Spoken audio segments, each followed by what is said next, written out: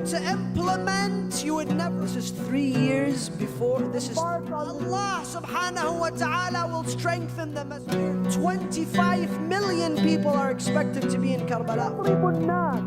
Ibn Abbas, I know some of you know this historically. أعوذ بالله من الشيطان الرجيم.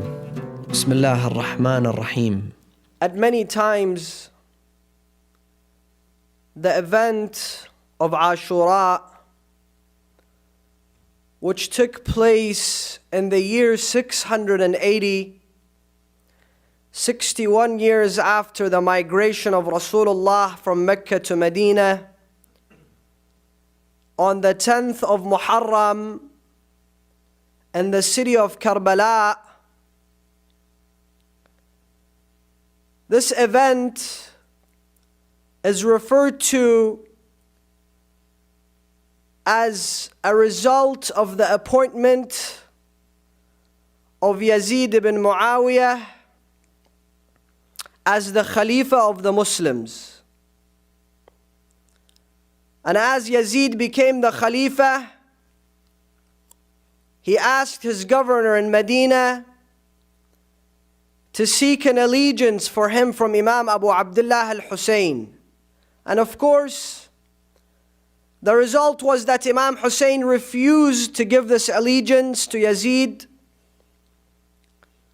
And he embarked on this journey, this great journey of sacrifice. And he left Medina to Mecca and Mecca to Karbala.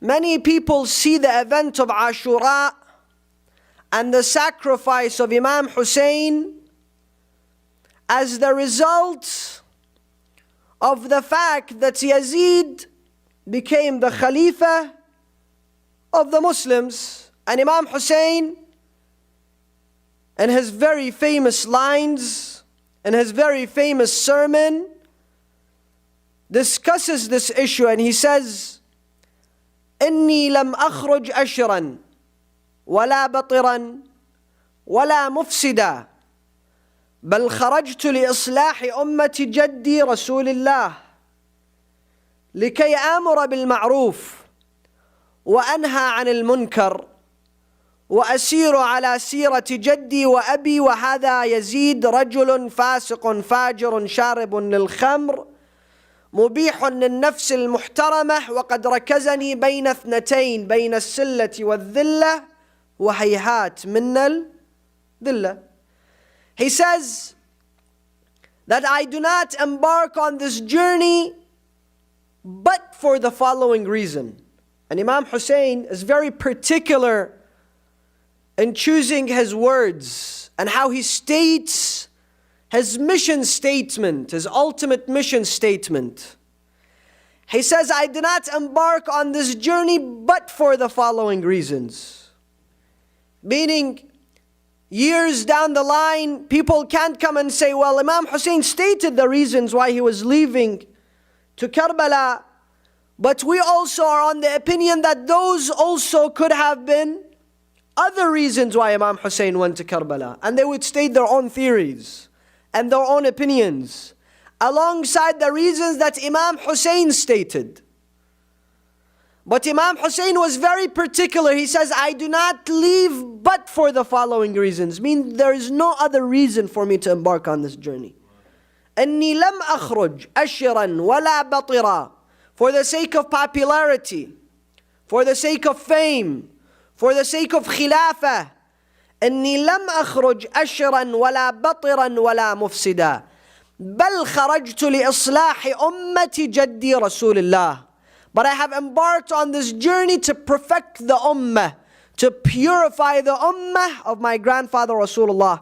Until he continues to say, and this Yazid, this man, is a drunken man who disrespects the human dignity. This was the main reason why Imam Hussein had an issue with Yazid. Because Yazid would take the believers who rejected to give him the bay'ah, he would strip them off their clothes, he would cut off their right hand and left foot, and he would throw them in the street so that they would become a lesson for others. So Imam Hussein says, وَهَذَا يَزِيدْ رَجُلٌ شَارِبٌ لِلْخَمْرِ مُبِيحٌ لِلنَّفْسِ الْمُحْتَرَمَةِ. And he's given me two options. وَقَدْ رَكَزَنِي بَيْنَ اثْنَتَيْن بَيْنَ السِّلَّةِ وَالذِّلَّةِ. Death or humiliation. وَيْهَاتْ مِنَّ الذِّلَّةِ. And Hussein will never humiliate himself for Yazid. However, when we examine the event of Ashura, we should not examine the event of Ashura from the beginning of the Khilafah of Yazid. Or we should not examine the day of Ashura from the day that Imam Hussein left Medina to Mecca and to Karbala. And indeed, we should not examine the event of Ashura from the morning of the 10th of Muharram until the eve of Muharram. Until the 10th, the night of the 10th of Muharram. But the event of Ashura and the sacrifice of Imam Hussein was well in the making for 48 years. And this is what I'd like to discuss tonight. And both parties knew, the side of Haqq knew of the sacrifice of Hussein and was completely aware of what will happen to Hussein, and the side of Batil was constantly planning for at least 48 years and knew that the result will be the murder of Hussein. The side of Haqq, Salama narrates in Sahih Bukhari and Sahih Muslim that one day Hussein was 3 years old and he entered the chamber of Salama. And Salama tried to stop him. She said to him, "Your grandfather is resting." Rasulullah said, Salama, allow him into the bedroom. He came. Salama said, Rasulullah began to play with him. Rasulullah began to kiss him. Rasulullah began to allow him to ride his back. She said, I left, I came back, and I saw Rasulullah in tears. His beard was full of tears. I said to him, Ya Rasulullah, what is it that makes you cry? Why is it that you're full of tears? He said, Salama, Jibreel just came and he informed me that my grandson Hussein, my beloved Hussein, will be murdered by some of my own ummah.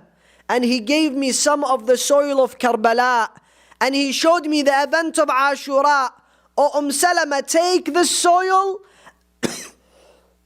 and know when the soil turns into blood that Hussein has become a martyr. So the side of Haqq knew. Rasulullah informed all his companions. Abu Hurairah in Sahih Muslim narrates that he saw Rasulullah carrying Imam Hussein. And he said to him, "O Abu Hurairah, do you know who this man is?" When Imam Hussein was an infant. So he said to him, "Yes, he's the son of Ali." He said, "He is Hussein. Husaynun minni wa ana min Hussein. Ahabba Allah man ahabba Husayna." He said to him, he is not just the son of Ali ibn Abi Talib, but he is from me and I am from him. Allah loves those who love Hussein. So Rasulullah introduced the role of Imam Hussein, spoke of the significance of Imam Hussein. Historical accounts tell us that the birth of Imam Hussein, the miraculous birth of Imam Hussein, also told the future of Imam Hussein. It spoke of the event of Ashura and beyond the event of Ashura. Traditional accounts tell us that Fatima Zahra, while she was pregnant with Imam Hussein, while Imam Hussein was in her womb, while her pregnancy, Imam Hussein would speak to his mother Fatima. And he would discuss his affairs with his mother Fatima Zahra. And this is no surprise to anyone. I tell you why this is no surprise to anyone. Because today the entire world witnesses the miracle of Imam Hussein, the everlasting miracle of Imam Hussein. This year, 25 million people are expected to be in Karbala for Arba'in. Tell me, when has this happened? and the history of which religion, and the account of which culture, according to which rituals 25 million people go and visit a shrine of a man who was murdered 1,000 years ago. But this is the miracle of Hussein for the entire world to witness. Some people would walk 850 kilometers from Basra, from Samarra. This year there are groups from outside the country of Iraq who will walk from their own countries, from their own neighboring countries, who will walk from Iran and Kuwait all the way to Karbala. This is the miracle of Hussein. And Imam Hussein would speak to his mother. He would say to his mother in a historical account, "Ana al-gharib." I am the gharib. His mother would cry. She would shed tears for him. Rasulullah would come, he would say, "Ya Fatima, why is it that you're crying?" She said, "This child in my womb tells me, Ana al-gharib." Ya Rasulullah, will he be gharib? Will he be alone? And Rasulullah would say, "Ya Fatima, indeed he is the gharib." The next day, Fatima would cry until she would faint. Rasulullah would come, "Fatima, what is it that makes you cry?" She said, "Ya Rasulullah," he says, "Ana al-madloom." I am the madloom. Will he be the madloom? Yes, indeed, Ya Fatima, he will be the madloom. The third day, "Ana al-shaheed." I am the martyr. And Rasulullah spoke of this account. Fatima to Zahra spoke of this account. Not only the day of Ashura, but Fatima to Zahra asks Rasulullah, "Ya Rasulullah, who will be there for him? Will his brother Hassan? Will his father Amir al-Mu'mineen? Will I be there? Will you be there?" No, no one will be there. Then Fatima will say, "Ya Rasulullah, then who will cry for my son Hussein? Who will mourn my son Hussein?" And Rasulullah from that day says, "Ya Fatima, sayatun mu'minun jilan ba'da jil." Ya Fatima, believers, mu'mineen will come generation after next. يَنصِبُونَ الْمَآتِمْ لِوَلَدِكِ الْحُسَيْنِ. And they will do the ma'atim and they will shed tears and they will cry for your son Hussein. So Rasulullah not only informed us of the event of Ashura, but the aftermath of Ashura. As Sayyida Zainab, when she was taken to the palace of Ibn Ziyad, and Ibn Ziyad says to her, "Did you see what Allah did with your brother and with your family?" What did she say? She said a very powerful statement. She said, "Yabna Ziyad, do whatever you wish. Ujhud jahdak. Struggle. Try to destroy our name. Try to defame us. Try to bury us. فَوَاللَّهِ لَا تَمْحُوا ذِكْرَنَا. You will never be able to remove our name, remove our goal, remove our principles, remove us from existence. For Allah subhanahu wa ta'ala will strengthen the message of Hussein and the call of Hussein." So Sayyida Zainab spoke of the aftermath when Ahl al-Bayt physically had seen a crushing defeat. When the head of Imam Hussein was on top of a spear, Sayyida Zainab says that you would not be able to bury our name. Allah will choose to give rise to the name of my brother. She spoke of the future. The same way the side of Batil was also aware of what they were doing, and they were constantly planning. And they also saw the future that one day Hussein will also be murdered. And this is an extremely important point that needs to be examined. For many of us, we come to the majalis of Imam Hussein 10 years, 20 years, 30 years, 50 years, 60 years. And when we are asked, what was the result? What was the reason? What was the purpose behind Ashura? We say it was because Yazid became the Khalifa and Imam Hussein didn't want to give bay'ah to Khalifa, to Yazid as the Khalifa. No. That is why I have chosen to examine this topic with the following 7 historical accounts. those 7 historical accounts that led to the martyrdom of Mawlana wa Sayyiduna Abu Abdullah al-Hussein salawatullahi alayhi.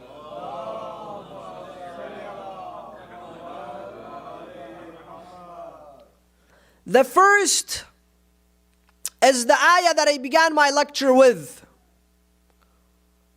Muhammad, according to this ayah, is a Rasul, is a messenger. ما محمد إلا رسول قد خلت من قبله الرسل. There were messengers before him. أفإن مات, if he were to die, أو قتل, or to be killed, انقلبتم على أعقابكم, you would return on your heels, you would return to Jahiliyyah, you would go back to the pre-Islamic era. أفإن مات أو قتل انقلبتم على أعقابكم.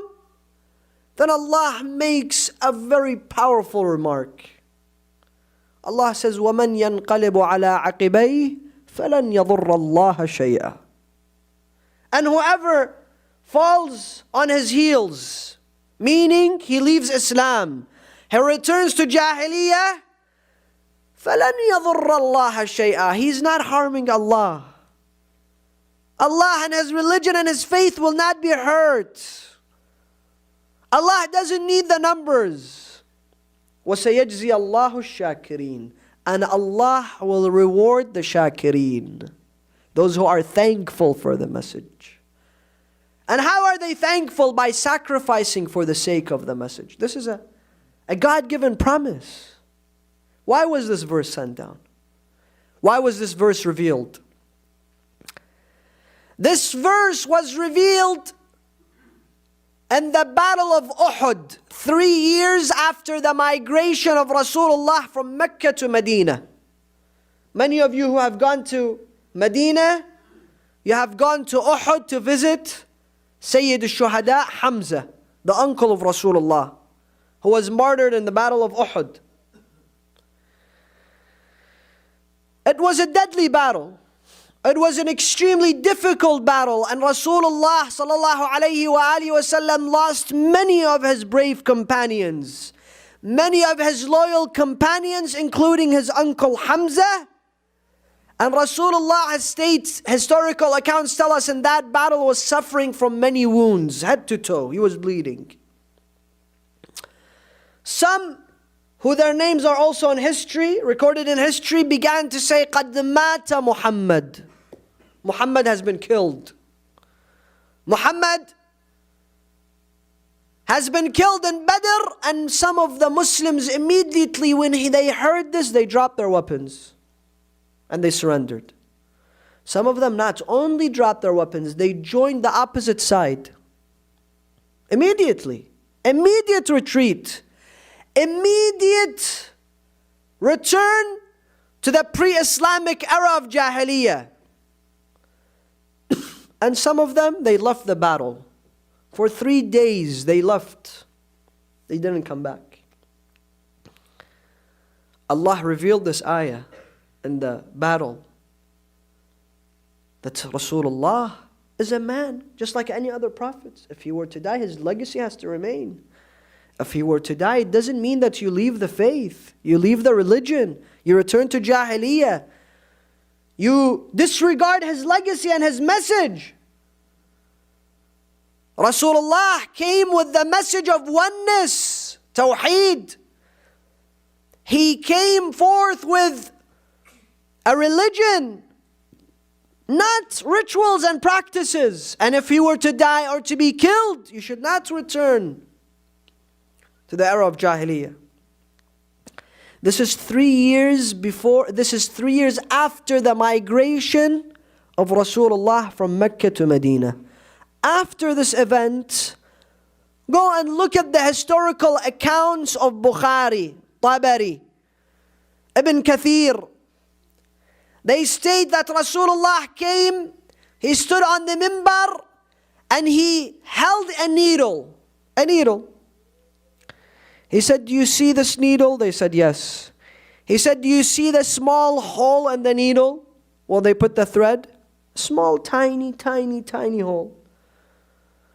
He said, some of my companions sitting here, according to Bukhari, some of my companions sitting here will not enter paradise.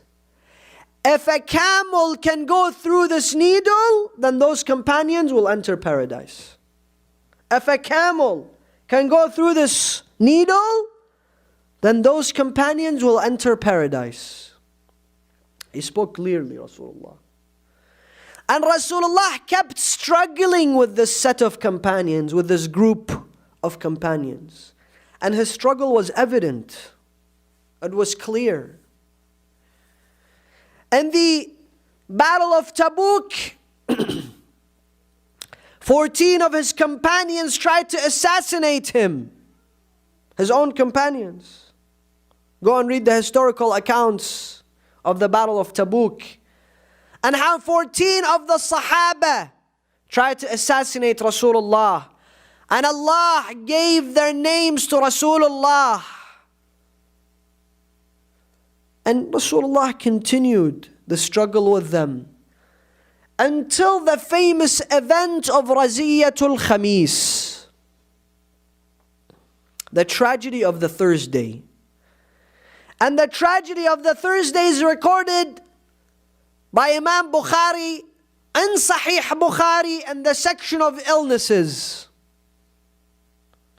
Go and look up tonight in any Muslim book, in any book of hadith, in any book of history, the account of the Raziyah of Khamis, the tragedy of the Thursday. What is the story of the tragedy of the Thursday? Ibn Abbas, Abdullah ibn Abbas, the famous companion, transmitter of hadith.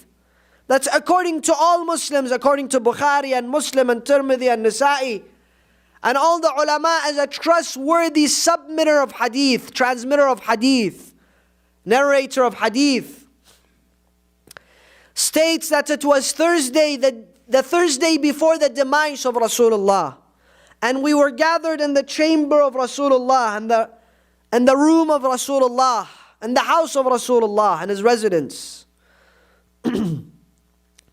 And Rasulullah was ill. He would sometimes faint because of his high fever. He said we were sitting next to him. When he woke, he said, "Give me a paper and pen for me to write for you something. If you were to implement, you would never go astray. آتوني بقلم وقرطاس لكي أكتب لكم ما إن تمسكتم به لن تضلوا بعدي أبدا." Imagine this great statement. Give me a paper and pen. Ibn Abbas says present there was Umar ibn al-Khattab, and he said that إِنَّ الرَّجُلَ لَيَهْجُرُ. Rasulullah has a high fever, he is ill, and he is hallucinating. He doesn't know what he's saying. He doesn't know Rasulullah, he's lost his mind. Ibn Abbas, I know some of you know this historical account, but listen to what Bukhari says. Look at the tragedy. He says, then he said, فَقَدْ اشْتَدَّ الْمَرَضُ بِهِ. Rasulullah is very ill. His illness has taken over him. حَسْبُنَا كِتَابَ Allah. We only have the book of Allah. We don't need anything else. Then Ibn Abbas said the people around Rasulullah were in two groups. بَعْضٌ يَقُولُ مَقُولَةَ عُمَرٍ. Some of them continued to defend Umar, saying, yes, we agree. Let's not give a paper and pen to the Prophet. Let's not allow him to write. وَبَعْضٌ يَقُولُ مَقُولَةُ رَسُولِ اللَّهِ. And some of them say, no. Indeed, we have to give Rasulullah the paper and pen. And they began to argue until Rasulullah says, تَنَحُّوا عَنِّي. Leave me. And Rasulullah did not see them until his demise. This is the tragedy of the Thursday, Raziyatul Khamis, recorded all over history. But what is tragic is not the tragedy of Khamis. This is not the great tragedy. The great tragedy is when you examine Tabari and you examine Tarikh al-Kabir for Bukhari. At the time of the demise of the first Khalifa Abu Bakr, when the first Khalifa Abu Bakr was also ill, he also had a fever, Umar, the same books, the same scholars state, he came in, وَكَانَ بِيَدِهِ صَوْتٌ. He came in while Abu Bakr was in his last moments, وَكَانَ بِيَدِهِ خَيْزَرَانًا, and he was holding a whip, a crop. وَكَانَ يَضْرِبُ النَّاسِ, and he would hit the people, and he would say to them, اسمعوا اسمعوا فَأَنَّ الرَّجُلَ يُرِيدُ الْوَصِيَّةِ. Listen, and he would whip them. Listen, and he would whip them. The man wants to give his wasiyah. Allahu Akbar. The man wants to give his wasiyah, he whips them, listen. Abu Bakr had a servant, a slave by the name of Shadid. The second Khalifa Umar says, Shadid, go and take this paper and pen to Abu Bakr. With Rasulullah, we refrain him from the paper and pen. With Abu Bakr, we send him the paper and pen. فَأَنَّهُ يُرِيدُ الْوَصِيَّةِ. He wants to give his wasiyah. Shadid went, he gave the wasiyah to Abu Bakr. And Abu Bakr in one line said, my wasiyah and the khilafah after me belongs to Umar ibn al-Khattab. Shadid gave the paper to Umar, and Umar announced it to the public. This is one account of Karbala in the making, Ashura in the making, the beheading of Imam Hussein in the making. We have to be transparent, we have to be clear. We have to make sure that the entire world understands the history behind Ashura. And what was the reason, and who planted the seed, and who were the founders of the martyrdom of Abu Abdullah al-Hussein on the 10th of Muharram. Some of the historical accounts is the collection of the Quran and the compilation of hadith. After the demise of Rasulullah, historical accounts tell us, look at the book of Ihtijaj, that Imam Amir al-Mu'mineen wa Mawla al-Muwahhideen Ali ibn Abi Talib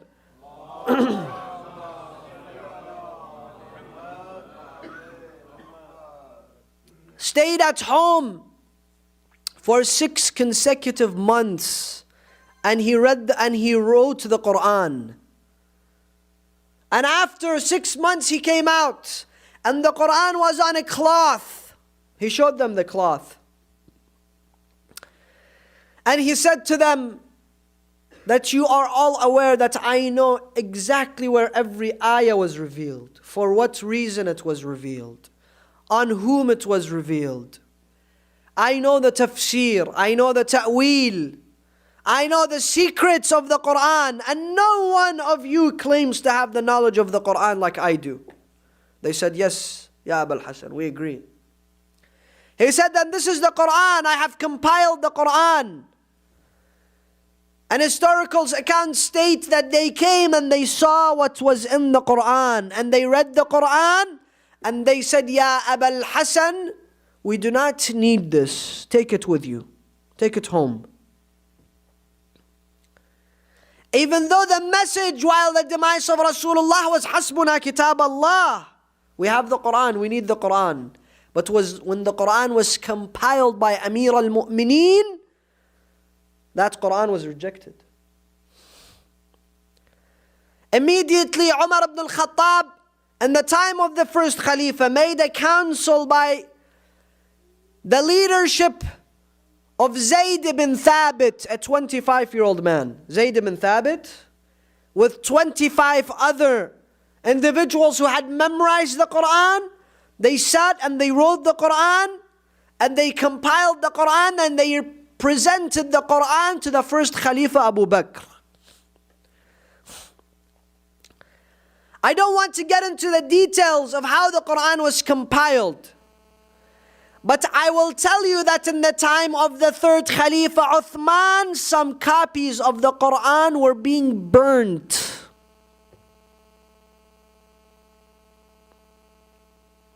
My phone? Sallu ala Muhammad wa ala. My phone is off. The second salawat.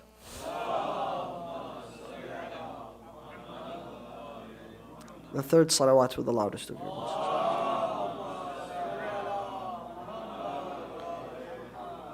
voices. The other historical account that needs to be examined is the compilation of hadith. Bukhari, Tabari, all the books of history, even non-Muslims, have transmitted this historical account. When some of the companions asked Ammar ibn Yasir of a tradition in regards to tayammum, and he quoted a hadith from Rasulullah, Umar came to him. He said, if I see you quoting hadith from Rasulullah one more time, I will jail you. I will punish you. Hasbuna kitab Allah. We only need the Quran. You do not quote hadith from Rasulullah. Quoting hadith from Rasulullah was forbidden. Go look at Sahih Bukhari. Go look at Sahih Muslim in the section of compilation of hadith. Jam'ul hadith. It's an entire section that speaks of compilation of hadith. A tradition narrated by Aisha. She said, when my father Abu Bakr became the Khalifa, he sent his ambassadors to the Muslim world, to the Arabian Peninsula. To each village, to each tribe, to each family, to each famous companion, stating, if you have any hadith from Rasulullah, give us the hadith. Send it to the Khalifa. So she said, we began to compile the hadiths of Rasulullah at home. Some were come on cloth, some on deerskin. Some would be one hadith, some would be books of hadiths. She said, until the last messenger reached the city of Medina, and he gave the last pile of hadith, the last set of hadith to my father Abu Bakr. She said he put the hadith, and she said we had a mountain of hadith. We compiled a mountain of hadith. She said my father slept that night. In the Fajr of the next day he woke up and he set fire in those hadiths and he burned them all. فَشَبَّ فِيهَا نَارًا وَأَحْرَقَهَا. Brothers, this is not a historical account that the Muslims have a disagreement on. This is not something that may or may not have happened. This is a historical account transmitted by every Muslim historian, that the hadiths of Rasulullah were burned down, every one of them. And no one can transmit hadith. It was, according to their law, it was illegal to transmit hadith until the time of the Khalifa Umar ibn Abdul Aziz. Umar ibn Abdul Aziz died in which year? 101 after the Hijrah. Umar ibn Abdul Aziz died in the year 101 after the Hijrah. For 100 years after the Hijrah, hadiths were not being transmitted. It was illegal. Yes, Umar ibn Abdul Aziz came and he allowed the different madhahib to transmit hadith, to narrate hadith. Before that, it was illegal. This is the initiation of the school that attributes itself to the Sunnah, of a school that attributes itself to Rasulullah. I really do not want to give my own input, and I don't want to get into more disturbing accounts.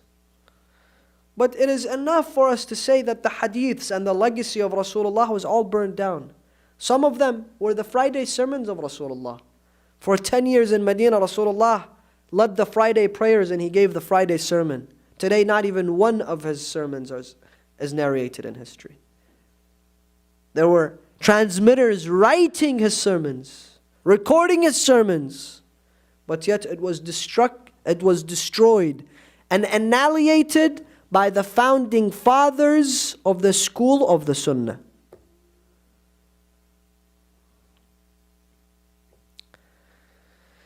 Another historical account which needs to be examined thoroughly is the beginning of the Khilafah of Amir al-Mu'mineen Ali ibn Abi Talib. And Karbala is still in the making. Allahumma salli ala Muhammadin wa ali Muhammad. When the third Khalifa Uthman came into power, first of all, how did Uthman come into power? Uthman came into power according to a council of individuals who the second Khalifa had appointed. And this needs a whole lecture by itself, examining every one of their personalities, their roles and agenda. They came to Amir al-Mu'mineen, they said, Ya Ali, give us your hand, we're going to give you the bay'ah after Umar. Ala kitabillah wa sunnati rasulih wa sirati al-shaykhayn. We're going to give you the allegiance according to the book of Allah, and according to the sunnah of Rasulullah, and according to the path of the Shaykhain, meaning Umar and Abu Bakr. Amir al-Mu'mineen said, Ba'i'uni, give me the allegiance, ala kitabillah, according to the Quran, and the sunnah of Rasulullah, wa amma siratul Shaykhaini fala. But the tradition of the Shaykhain, the previous Shaykhain, no, bal ijtihadu ra'yi, my own opinion. And there is no doubt that his opinion was superior than the rest of the companions. And his knowledge was superior than the rest of the companions. They said, no, we're not going to accept those terms.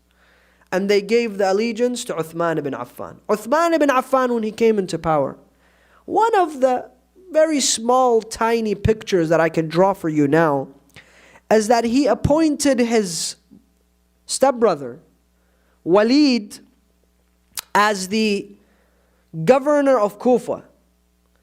The first day when Walid entered Kufa, the Khalifa's stepbrother, he took 100,000 golden dinars from the treasury. He emptied the treasury. And he went and he purchased slave girls with them, so that his palace would be occupied with slave girls, because the Khalifa the Amir should not get bored at home. Then he made a swimming pool with alcohol, khamr, and he would enter the swimming pool with the slave girls that he purchased, and he would drink and he would drink and he would drink, until one historical account says it was the time of the Fajr prayers. So he had just taken a shower in that swimming pool. He went, he wore his clothes, and he led the morning prayers. But instead of 2 rak'ah, he prayed 4. So they came to him, they said to him, Ya Amir, you prayed the morning rak'ah, but the morning prayers, but not 2, you prayed with 4. He said, it's no problem, if you like I can make it 8.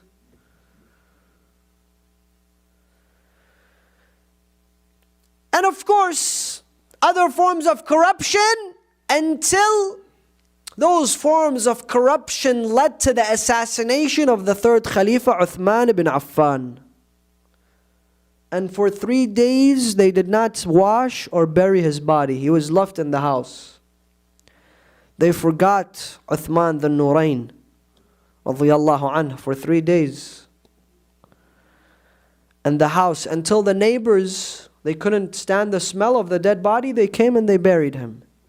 When they assassinated Uthman, Amir al-Mu'mineen in Nahj al-Balagha states, they came running to me.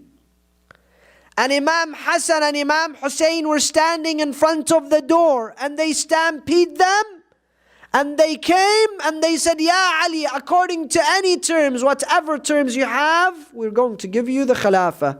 We're going to give you the bay'ah.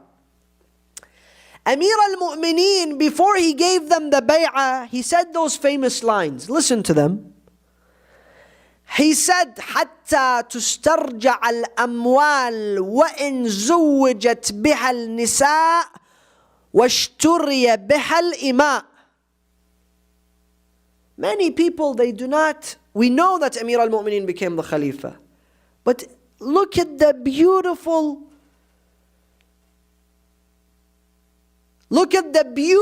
of the statements of Amir al-Mu'mineen and his beautiful condition before he accepts the bay'ah. He says, all the wealth that was stolen, that was taken away from the Muslims in the time of Uthman must be returned to Baytul Mal, or else I will not accept this Khilafah.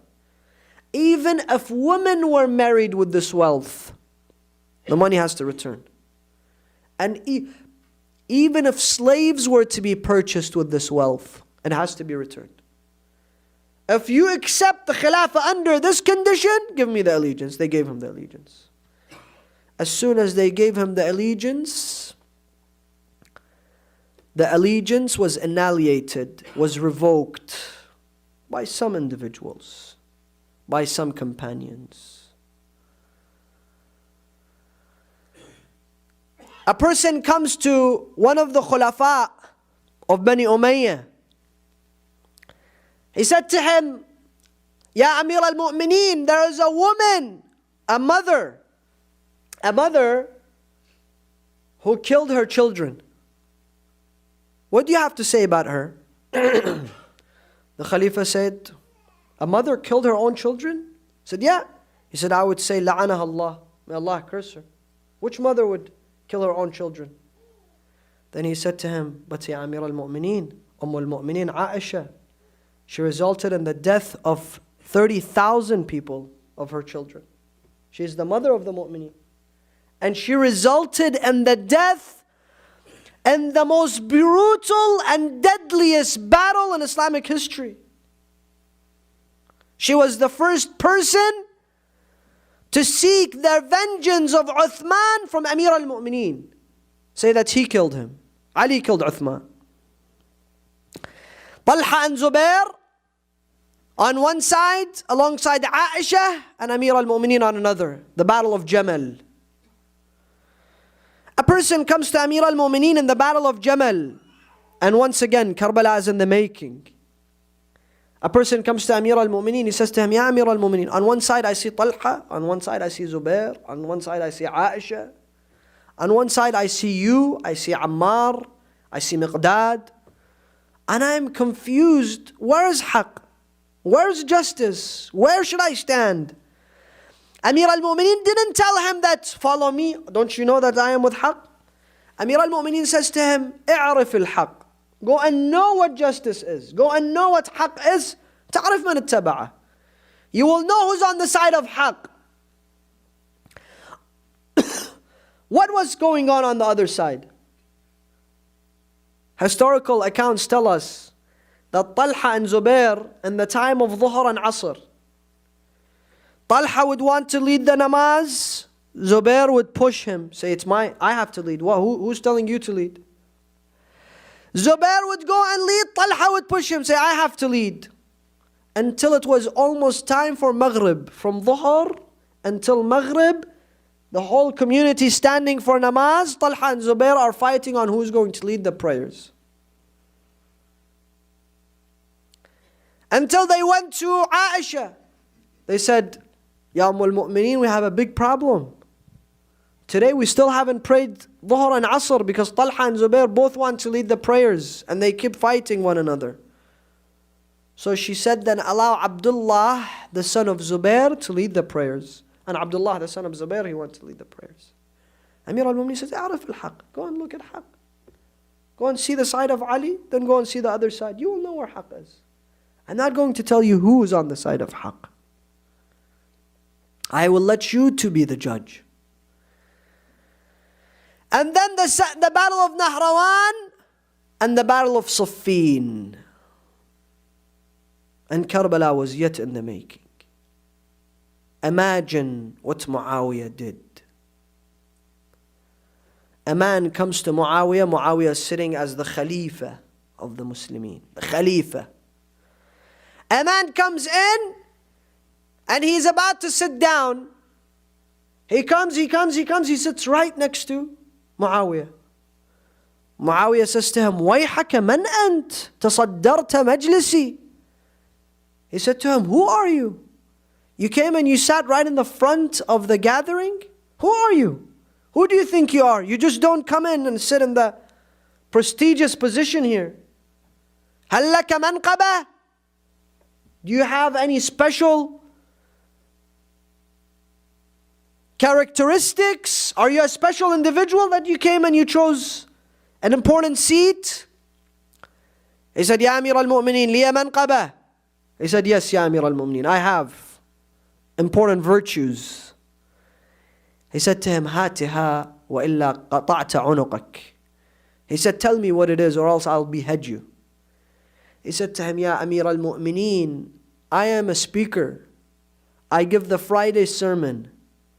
And since the time of your Khilafah until now, I have not gone on top of the mimbar. And I have not came down from the mimbar unless I have cursed Ali, Fatima, Hassan and Hussein. This was his virtue. This was his manqabah. Muawiyah said, Barakallahu feek. Indeed, this is a good virtue. Sit down. This was the Muslim Ummah. And this is what allowed Yazid ibn Muawiyah to take the seat of the Khilafah. And indeed, the day of Ashura was in the making for years before the year 680, before the year 61 after Hijrah, until the time reached the point where Imam Hussein had to stand up to defend and to rejuvenate the religion of his grandfather Rasulullah. Wassalamu alaikum wa rahmatullah.